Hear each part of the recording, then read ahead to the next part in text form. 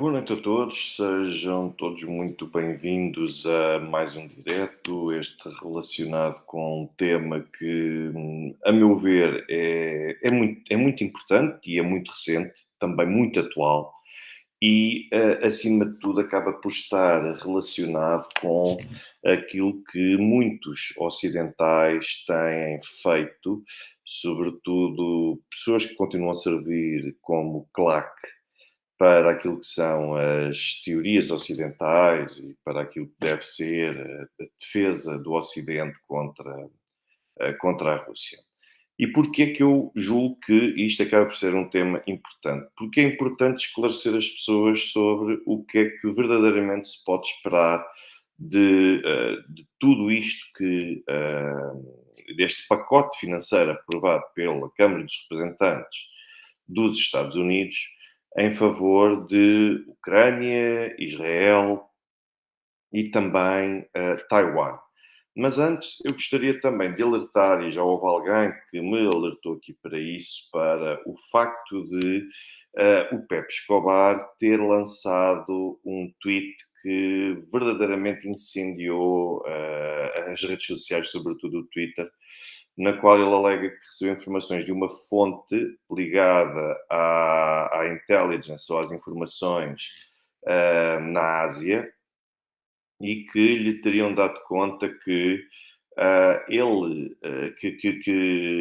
a Rússia teria abatido um F-35 de Israel que se preparava para largar uma bomba nuclear sobre o Irão.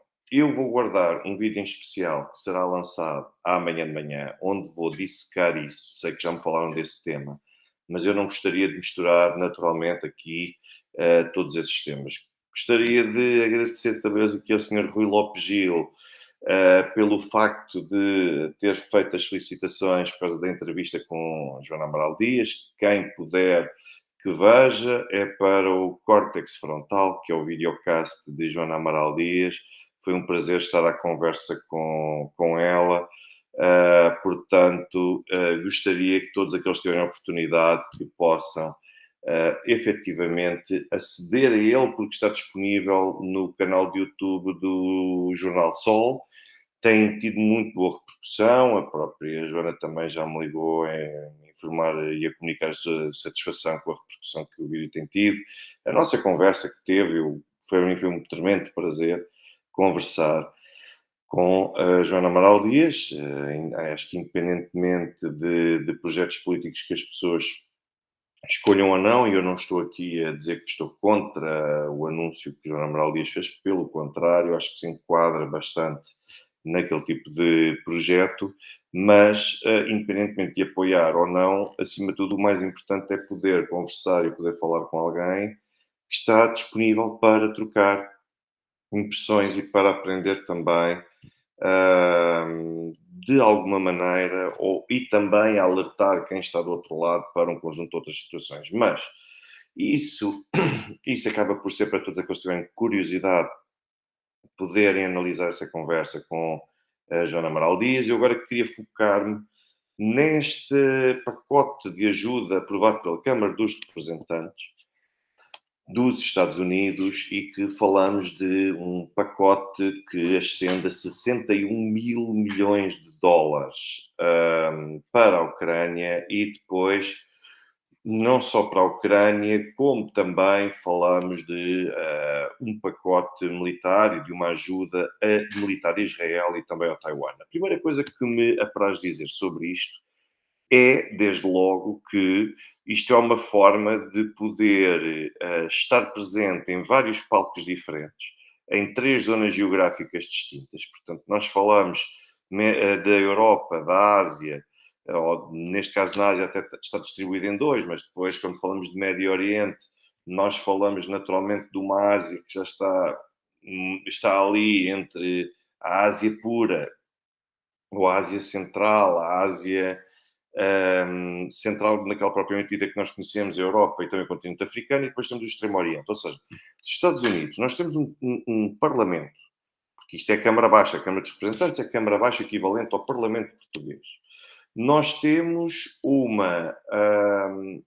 um parlamento que aprova a assistência militar a 3 palcos distintos que estão a milhares de quilómetros de distância do território dos Estados Unidos.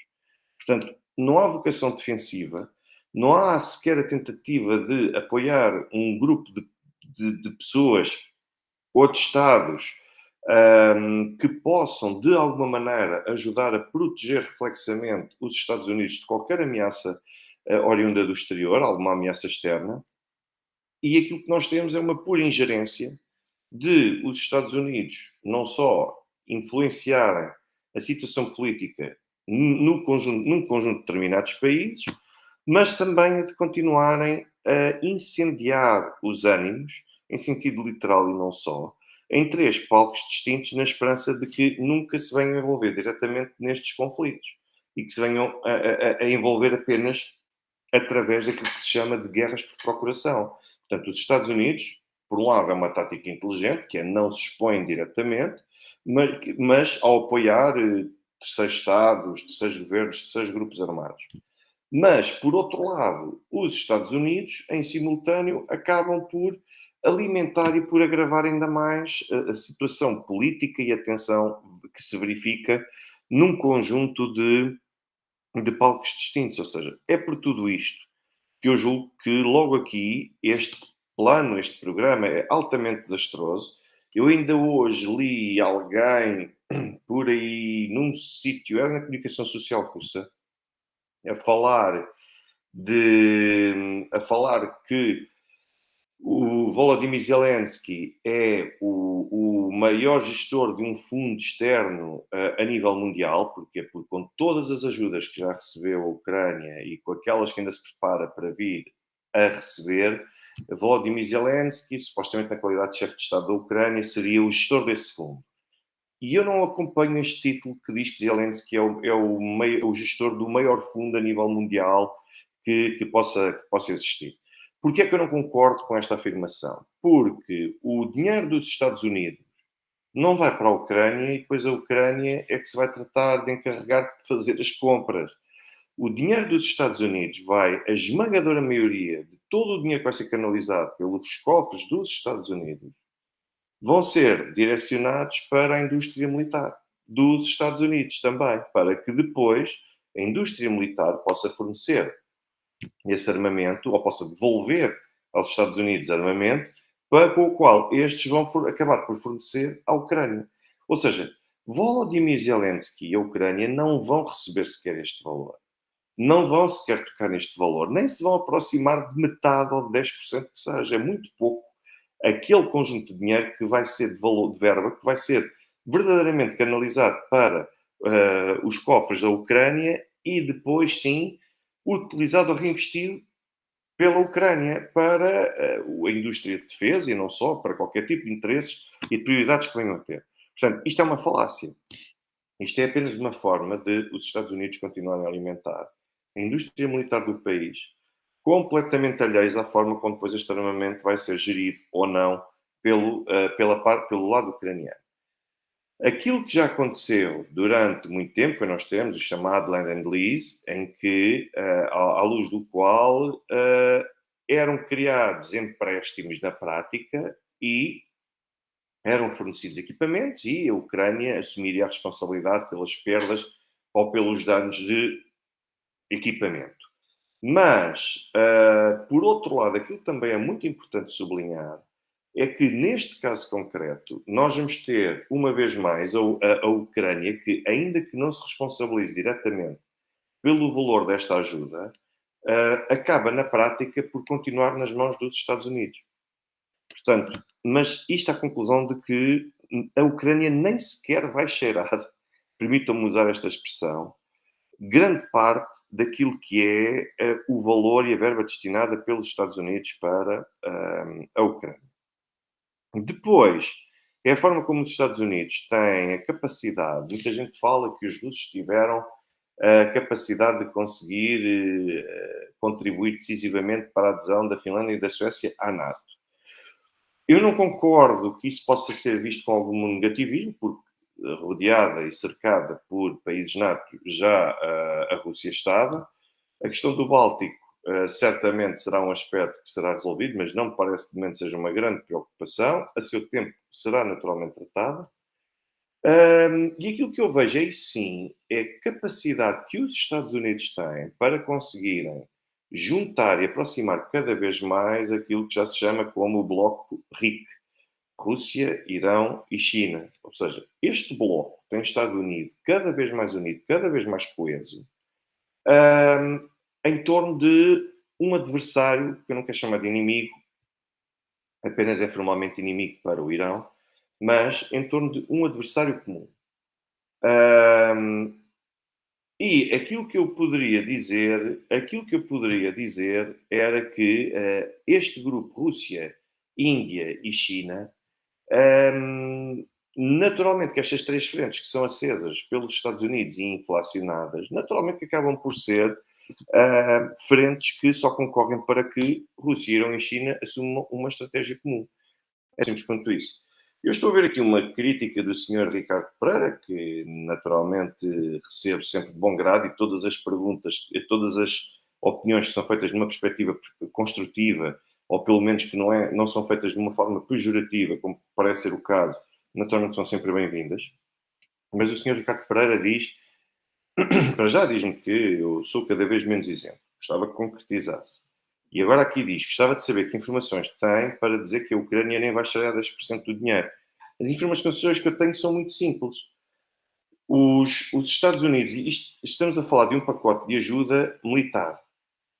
Se é um pacote de ajuda militar, o dinheiro não vai circular para os cofres da Ucrânia para que depois a Ucrânia possa adquirir o armamento à indústria de armamento dos Estados Unidos, que é aquela para a qual se destina este valor.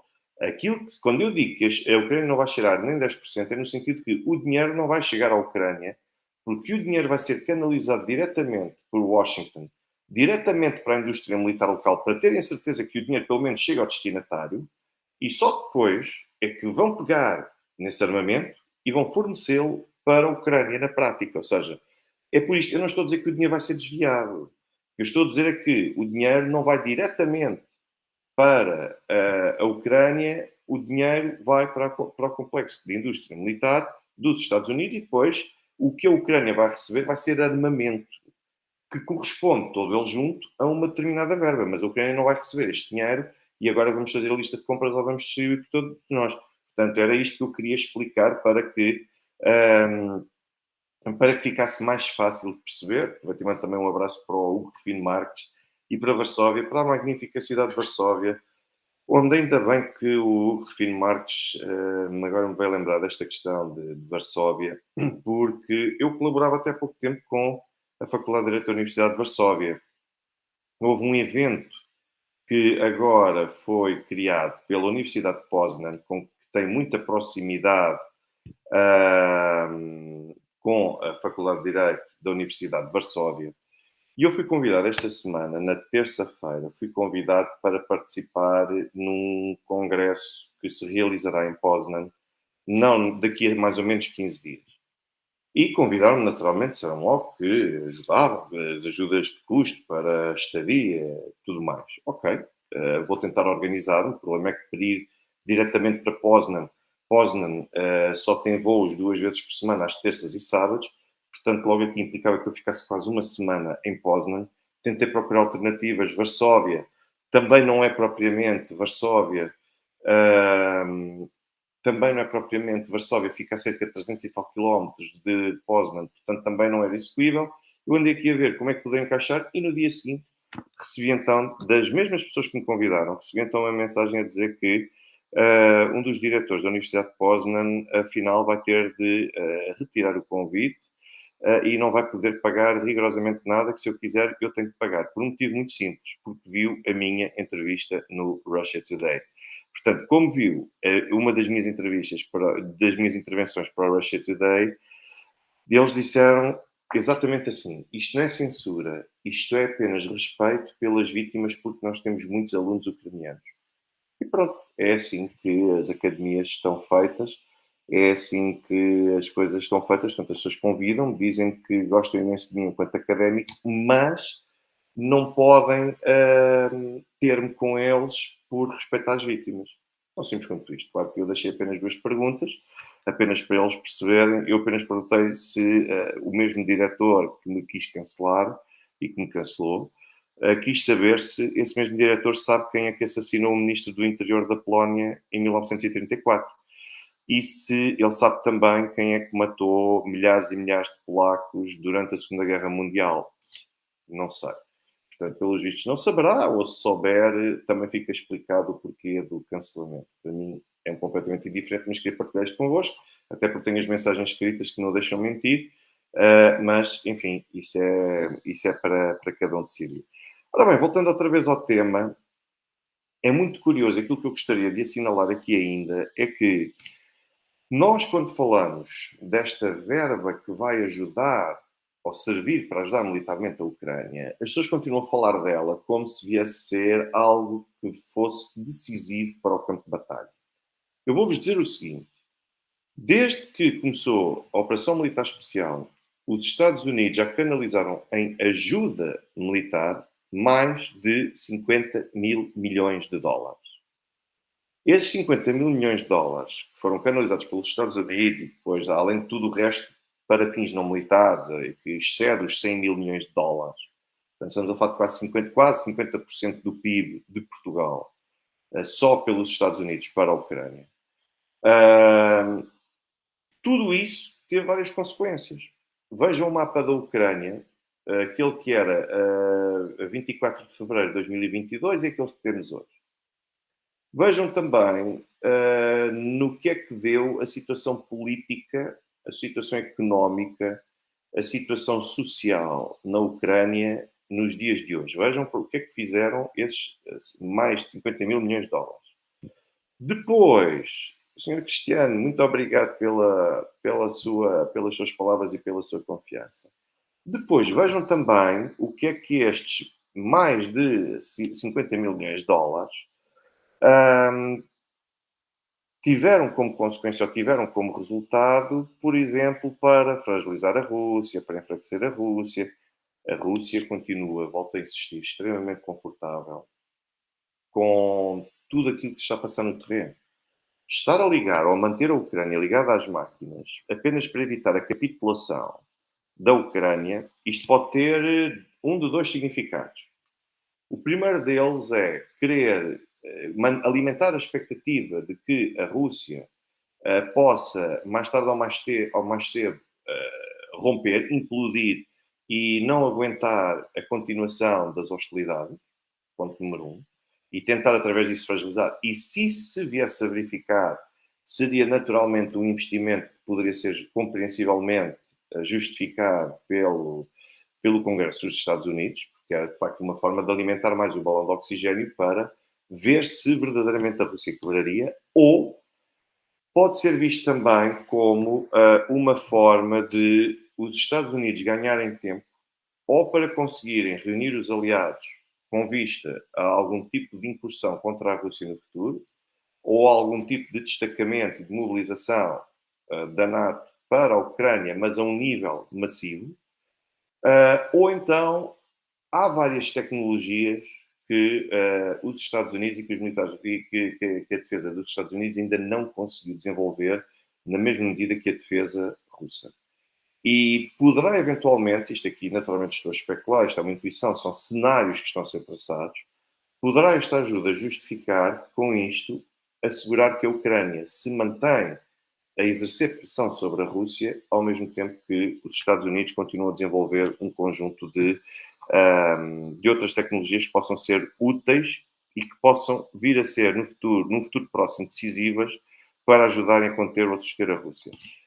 Depois temos ainda a outra, não é? Que pode ser uma terceira posição, e que é a primeira delas, é realmente aquela que o Sr. Emílio está aqui a dizer, que é a Ucrânia não pode capitular antes das eleições, seria uma derrota tremendamente embaraçosa para Joe Biden, portanto é importante não mandar desligar as máquinas da Ucrânia já, é importante continuar a mantê-la ligada às máquinas para dizer que eles ainda respiram, que eles ainda estão vivos, e ao mesmo tempo continuar a aproveitar a situação para dar lucro e pôr a fluir e a circular um conjunto de verbas que possam manter a indústria de defesa e os cofres também do Estado ativos em toda esta dinâmica que se verifica. Portanto, estas são as três hipóteses que eu vejo como as mais plausíveis para se continuar a manter a Ucrânia ligada às máquinas, como os Estados Unidos estão a fazer. Agora, isto tem aqui um problema, e eu sei que houve aqui uma senhora que me deixou aqui ao início dizer que o professor John Mearsheimer, que já tinha dito que isto não influenciaria o dólar.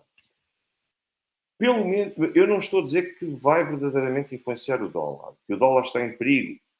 Não acredito que o dólar não esteja totalmente em perigo. O que é certo é que nós estamos aqui perante um caso claro, pelo menos no curto prazo, admito que não esteja em perigo, mas paulatinamente e aos poucos, as coisas vão acabar por se materializar num outro tipo de cenário. E eu passo a dar-vos esse exemplo. O dólar, a partir do momento em que um país acaba por ter, por esbulhar, por apreender, por tomar posse, por se. Que é que quem é este Ricardo Ribeiro que anda por aqui a dizer disparates? Vai já ser bloqueado, porque se ofender se insulta, não tem direito de falar. Se há alguém, se há um país que recebe verbas de todo o mundo e que de repente decide esbulhar ou apropriar-se das verbas desse país sem qualquer decisão de justiça internacional, sem sequer decisões tomadas por tribunais internos dos Estados Unidos.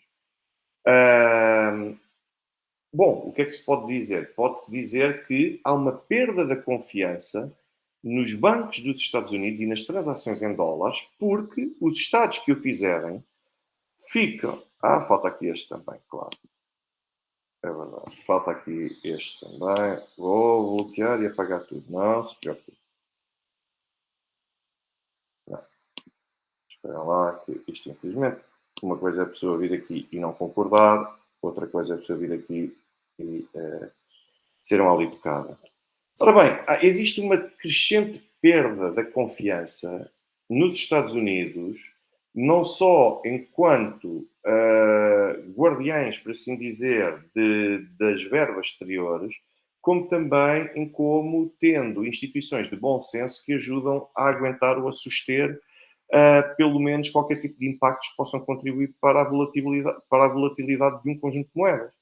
Portanto, aquilo que nós podemos chegar à conclusão neste momento é que essa perda da confiança vai inspirar muitos Estados que, por receio de mais tarde acabarem por cair nas malhas, quem acaba por cair nas malhas dos interesses políticos dos Estados Unidos, isto afeta e pode afetar as transações em dólares. E é nesse sentido que o câmbio poderá flutuar, que o dólar poderá desvalorizar. Agora, resta perceber até que ponto e até que impacto. O que eu ainda gostaria de acrescentar aqui é que nós estamos a falar de mais de 6 mil milhões de dólares em fundos ou ativos que pertencem à Federação Russa e que vão ter naturalmente uma retaliação, vão ter uma resposta e muito provavelmente essa resposta vai passar através da apreensão de bens pertencentes a empresas, pertencentes a empresas e ativos pertencentes a empresas que a custo zero e que permitam, de alguma maneira, à Rússia conseguir repostar perante aquilo que é um verdadeiro assalto. Portanto, isto os Estados Unidos assumem que são... Imaginem o vosso banco. Quer dizer, isto não é um bom exemplo, porque este banco os bancos muitas vezes fazem aquilo que os Estados Unidos estão a fazer. Mas vamos imaginar um banco sério. A pessoa deposita o dinheiro naquele banco sério, porque é um banco já com mais de uma centena de anos, oferece estabilidade, tem quadros sérios, cumpre a lei e tudo mais. E, de repente, pensem no caso, quase com as devidas distâncias, da falência do BES, do BPN. Portanto, pensem, por exemplo, nesses casos. De repente, onde é que vão os vossos depósitos? Os vossos depósitos desaparecem. Porquê? Porque há alguém que se encarrega de os absorver a eles. Portanto, se há alguém que se encarrega de absorver o vosso dinheiro, vocês ficam sem dinheiro. E é isto que pode influenciar a variação do dólar e a confiança no dólar no futuro. Não, se vai ser generalizado, é muito pouco provável que isso aconteça. mas que na prática isto se vai verificar com um conjunto de países que vão deixar de realizar transações em dólar e também de utilizar os Estados Unidos para absorção ou para apreensão, de alguma maneira, de isso e confiança, até uma relação de confiança de bens que pertençam e de ativos que pertençam à Rússia e esses países, sem sombra de dúvida. Portanto, e a questão do dólar e do futuro do dólar, o que o coloca em perigo é isto, é que há uma quebra da confiança nos Estados Unidos e no dólar por causa deste tipo de ações políticas. Os russos, eu posso-vos adiantar que os russos admitem até a hipótese. Os russos aceitam a desvalorização do dólar do rublo face ao dólar. Aquilo que os russos não aceitam são variações e flutuações muito discrepantes, portanto, muito inconstantes. Os russos estão confortáveis, estiveram confortáveis com a desvalorização do rublo face ao dólar de 80 para 90, entre 80 e 95 dólares durante um ano praticamente inteiro, e agora também já começam a mentalizar-se, vi que houve, esses avisos foram feitos ainda na passada sexta-feira, que se começam a mentalizar e a assumir como totalmente normal e até positivo, ou pelo menos não sendo negativo para a Rússia, que o 1 dólar venha a equivaler a 110 ou até 115 rublos. Desde que essa desvalorização e a flutuação seja relativamente estável e constante, os russos lidam muito bem com isso. E para todos aqueles que me dizem, bom, mas a moeda russa está desvalorizada.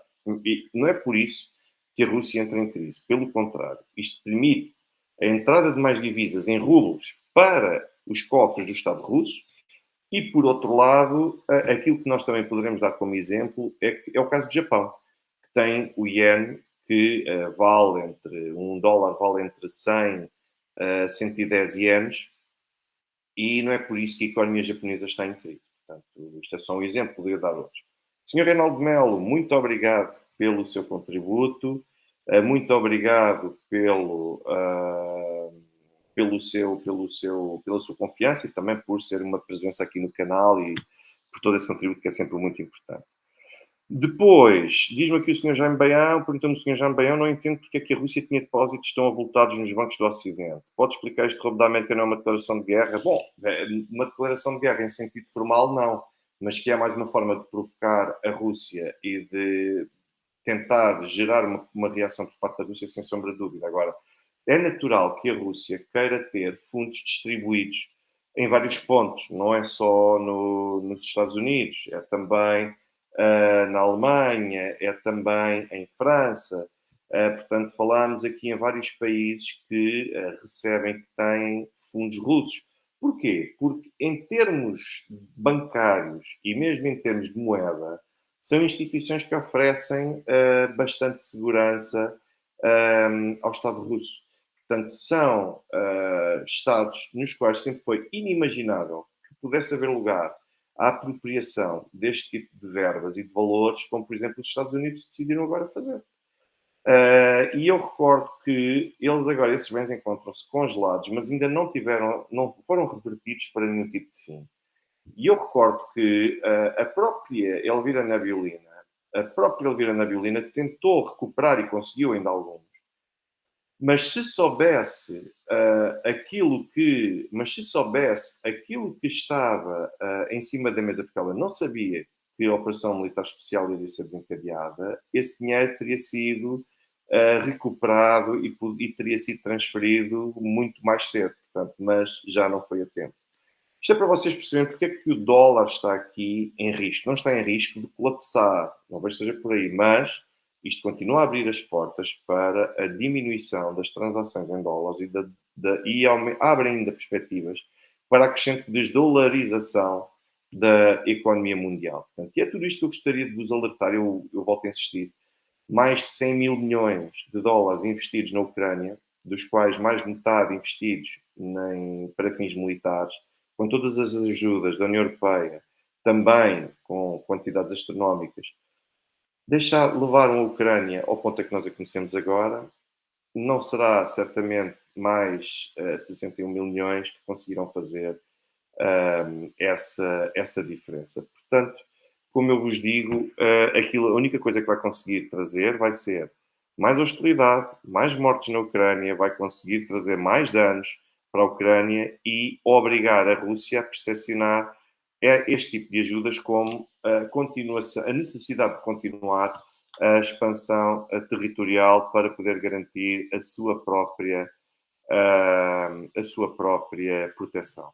Portanto, quando falamos de todas estas situações, eu não vejo a Rússia minimamente preocupada, mas depois eu olho para a Ucrânia e vejo que já houve mais de 4.000 revisões à lei do serviço militar da Ucrânia, a última das quais foi promulgada por Volodymyr Zelensky há dias e, ao contrário daquilo que se diz no Ocidente, não foi reduzida a idade para o recrutamento coercivo dos 25 para os 24 anos. Há um conjunto de pessoas que pegam em alguém que só lê algumas partes da lei. Eu li a lei, estamos a falar de mais de 90 páginas. Eu li as alterações à lei do serviço militar da Ucrânia e eu vi o que foi mudado. Portanto, a questão dos 25 anos é não haver qualquer tipo de hipótese de adiamento ou de fuga para o serviço militar, dos 25 para os 24. Mas nós temos bem expressas nestas últimas alterações legislativas na Ucrânia que, a partir dos 18 anos, todos aqueles que têm 18 anos têm de mostrar a caderneta militar, têm de ser recrutados, têm de cumprir um ano de serviço militar obrigatório e têm de ter a caderneta militar ou a cédula militar devidamente atualizada e exibi-la quando solicitados para o fazer. Portanto, a cédula militar, a partir de agora, é uma espécie de novo bilhete de identidade na Ucrânia. Portanto, a partir dos 18 anos, podem ser mobilizados e, se não tiverem um conjunto de circunstâncias que ali tenham, já não serem aquilo que antigamente até se chamava aqui em Portugal do amparo de mãe, o facto de serem, por exemplo, pais solteiros, que tenham um conjunto de deficiências e tudo mais, portanto, a menos que sejam oligarcas, porque se forem oligarcas estarão protegidos com toda a certeza. Se não tiverem nenhuma destas proteções, bom, então, nesse caso, vão todos para cumprir o serviço militar obrigatório numa Ucrânia que está com cada vez menos gente, continua a registrar cada vez mais mortes e, aliás, nós já temos os presos violentos desde há algum tempo para cá, os reclusos condenados por criminalidade violenta na Ucrânia, já os temos na linha da frente também, e claro, com alguns a tentarem fugir, porque naturalmente só viram nisto uma oportunidade coerciva de poderem evadir-se ao cumprimento de pena. Eu, com tudo isto, ficaria por aqui. Espero que tenha ido ao encontro daquilo que seria a vossa expectativa analítica relativamente a este tema. Amanhã vou lançar então um vídeo relativamente àquilo que o Pepe Escobar disse do ataque que foi neutralizado pela Rússia contra o Irão. E até lá eu faço votos de uma excelente boa noite e também de que tenham todos uma excelente semana com tudo aquilo que naturalmente vos possa reservar essa semana a nível de sucesso e de felicidade pessoal e profissional. Votos de continuação de uma excelente noite e até amanhã.